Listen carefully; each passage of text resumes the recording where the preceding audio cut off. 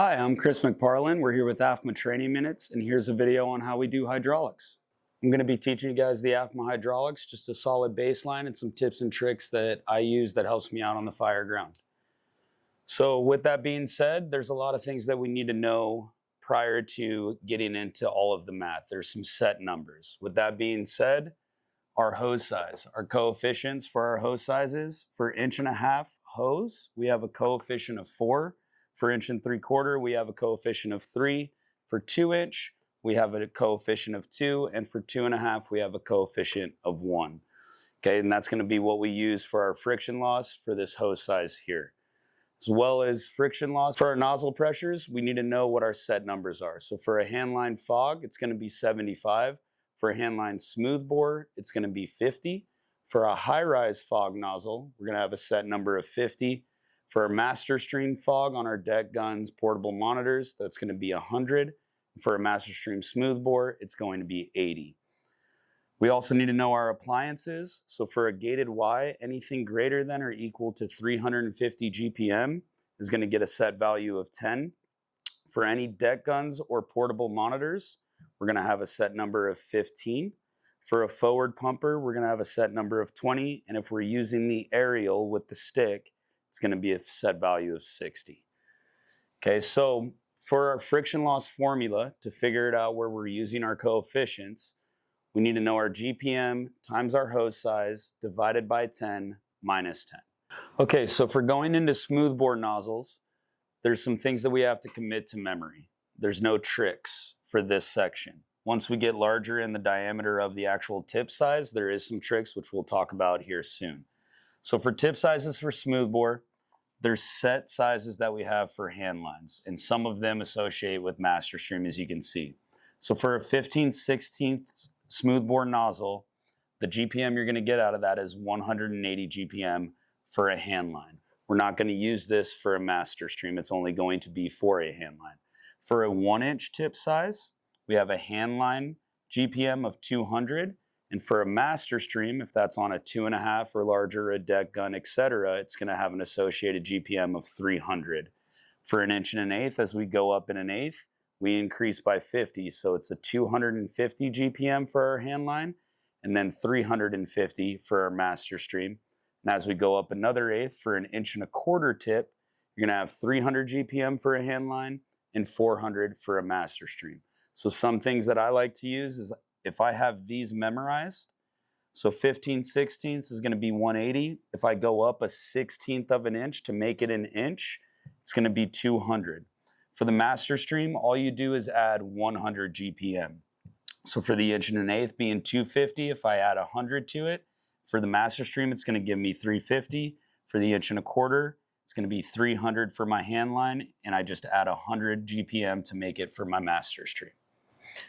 All right, so we have to take 1.25", and we have to make this a common denominator of 8 to get it to our 2/8. So we have to times the denominator by 2 and times the numerator by 2, which would give us 1 2/8. Now, once you get it into a common fraction of eighths, you have to add 2 to the numerator, which is going to give us 4.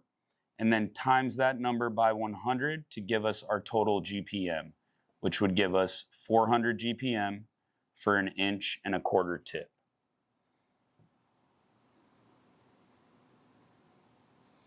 Moving down the list, we have an 1 3/8 tip.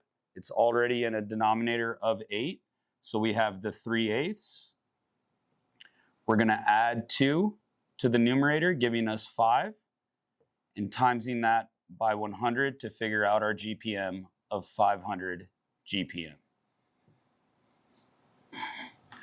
We have an 1.5" tip, so we're going to have to times the denominator by 4 and the numerator by 4 to get it into a fraction of eighths. So that's going to give us 4/8. We're going to add 2 to the numerator, like in all the previous ones. So that's going to give us 6. Times that by 100 to get our GPM of 600 GPM for an 1.5" tip.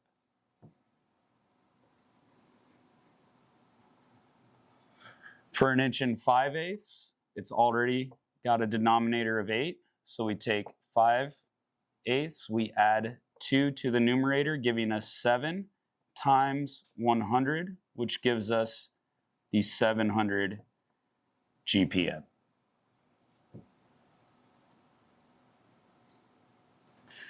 For 1 3/4", we have to turn it into a denominator of 8.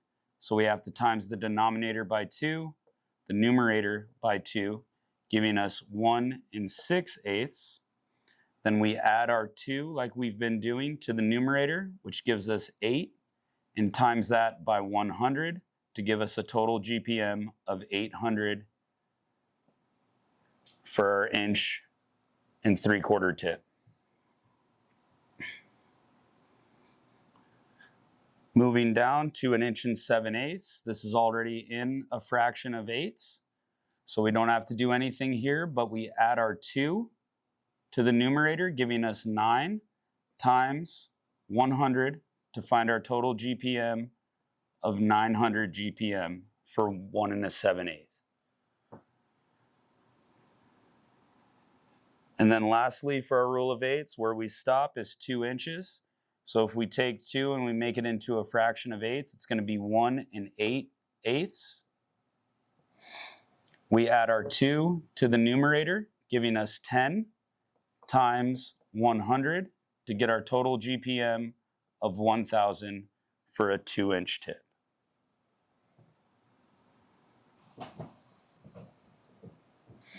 So as you can see, there's a direct correlation that as you go up each time for your tips, you're going to get an increase of 100 GPM for each of them. Now, there's 3 other tip sizes that we have that are going to be associated with our ladder truck. Those tip sizes are going to be 2 1/4 tip. There's no trick for this. These are you have to commit to memory. We have 2 1/2 and 2 3/4. For 2 1/4 inch tip, we're going to get 1300 GPM. For 2 1/2, we're going to get 1600 GPM. And for 2 3/4 tip, we're going to be able to flow 2000 GPM through it. So for my hand method, the set associated friction losses per 100 feet is going to be for 100 GPM is going to be 20.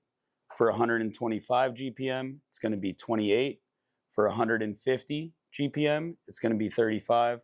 For 175 GPM, it's going to be 42 per 100 feet. For 200 GPM, it's going to be 50 friction loss per 100 feet. And then this line here is associating a 15/16 smooth bore tip that we use on our hand lines. It's going to be 180 GPM set number, and that friction loss broken down is going to be 44. Okay, so for our friction loss formula, to figure it out where we're using our coefficients, we need to know our GPM times our hose size divided by 10 minus 10. Okay, so for 1 3/4 hose, we have set GPMs of 100, 125, 150, 175, and 200. So for me, one of the tips and tricks that I use is my hand, okay? For each set finger, there's 5 GPMs. We're gonna have 5 different GPMs for that finger. Okay, so for my thumb, I set 100 GPM. For my index, I set 125. For my middle, it's 150. For my ring finger, it's 175. And then for my pinky, it's 200. Okay? Now, if I can know the friction loss prior to doing any of this and I can have it set to memory using my hand, it's going to help me out a lot on the fire ground to get that friction loss and to get my total pump discharge pressure faster. Okay, so if we plug these GPMs into our actual friction loss formula, it's going to be 100 GPM times our hose size coefficient for inch and 3/4, which is 3, divided by 10 minus 10. So 100 GPM times my coefficient of 3 is going to give me 300, divided by 10 minus 10. So 300 divided by 10 is going to give me 30, minus 10 equals 20. Okay, and that's 20 per 100-foot section. All right, so that gets a set number, and that goes associated with my thumb for the 100 GPM. Okay, if we break this down for each of them, I've got 125 GPM times our hose size coefficient, which is 3, divided by 10 minus 10. So that's going to give me 375 divided by 10 minus 10, which is going to be 37.5 minus 10, which is going to give me 27.5 per 100-foot section. Now, instead of leaving this as a decimal of 27.5, this is very difficult to split in half if you have 50-foot sections or if you have 150 feet, 250 feet, etc. So I like to round this up and make this an even number of 28. So I turn my 125 friction loss, my 125 GPM friction loss per 100 feet is going to be a value of 28.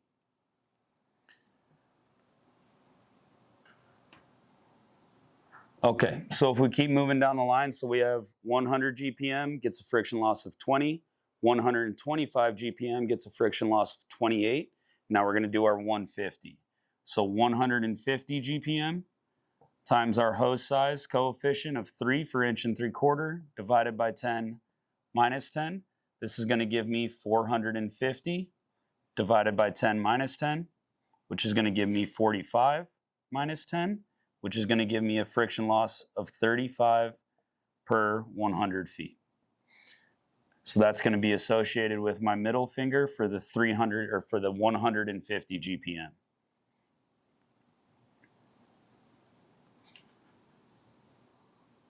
Moving down the line for the ring finger.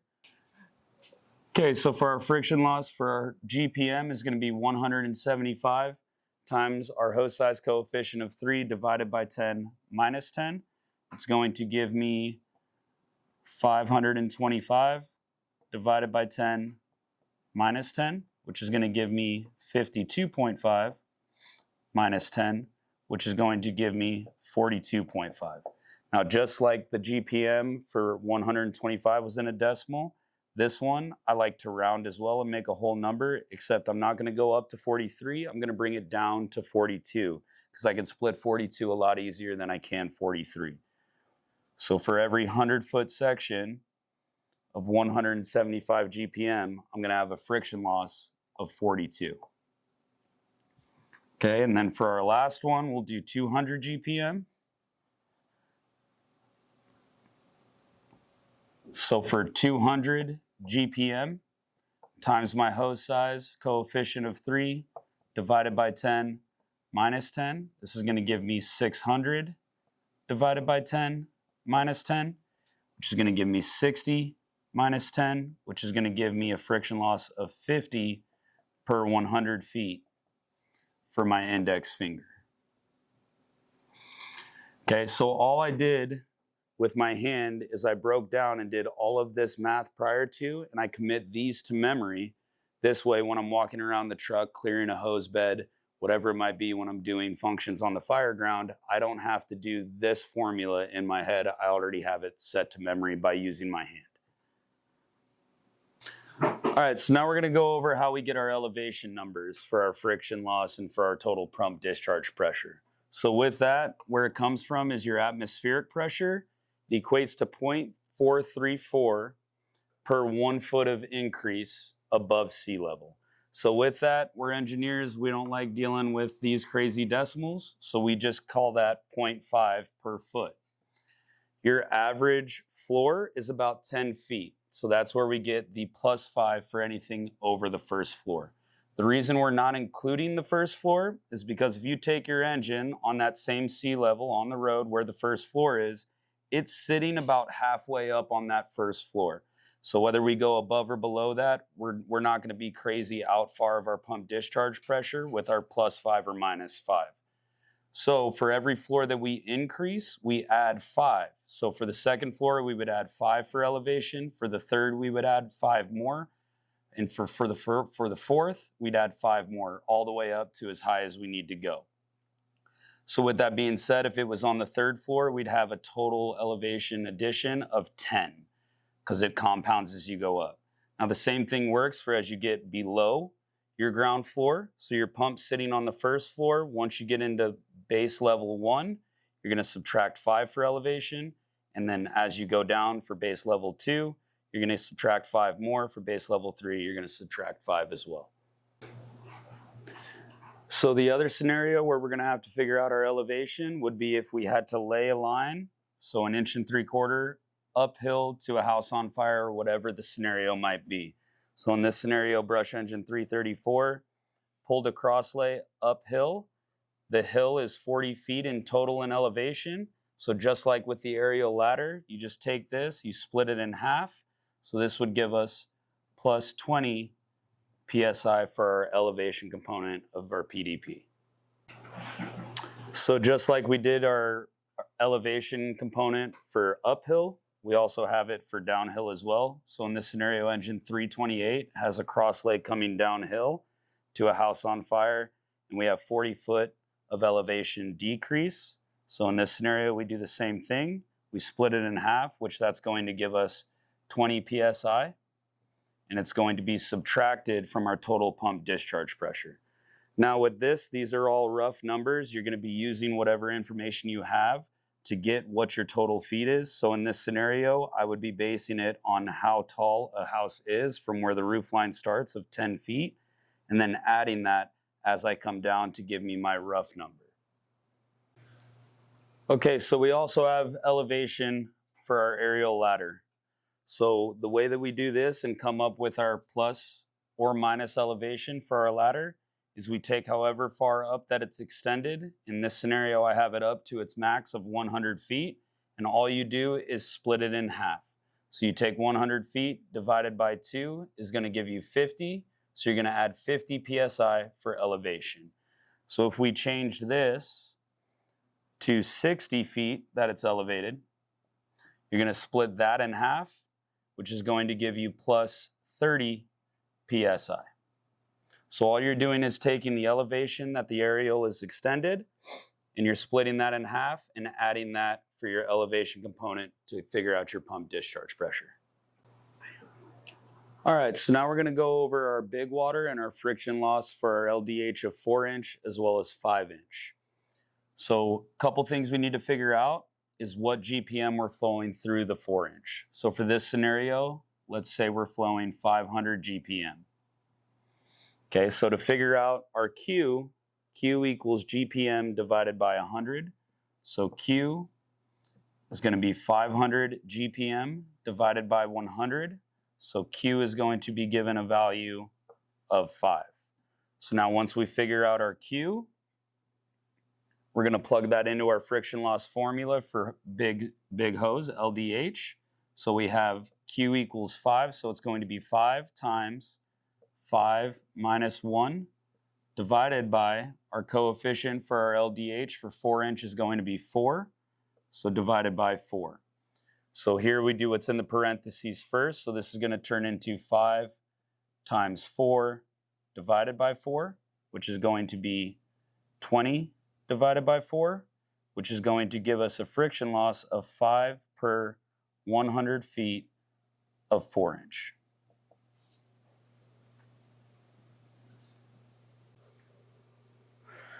All right, so another factor we're going to do here for LDH, let's say we have 800 GPM.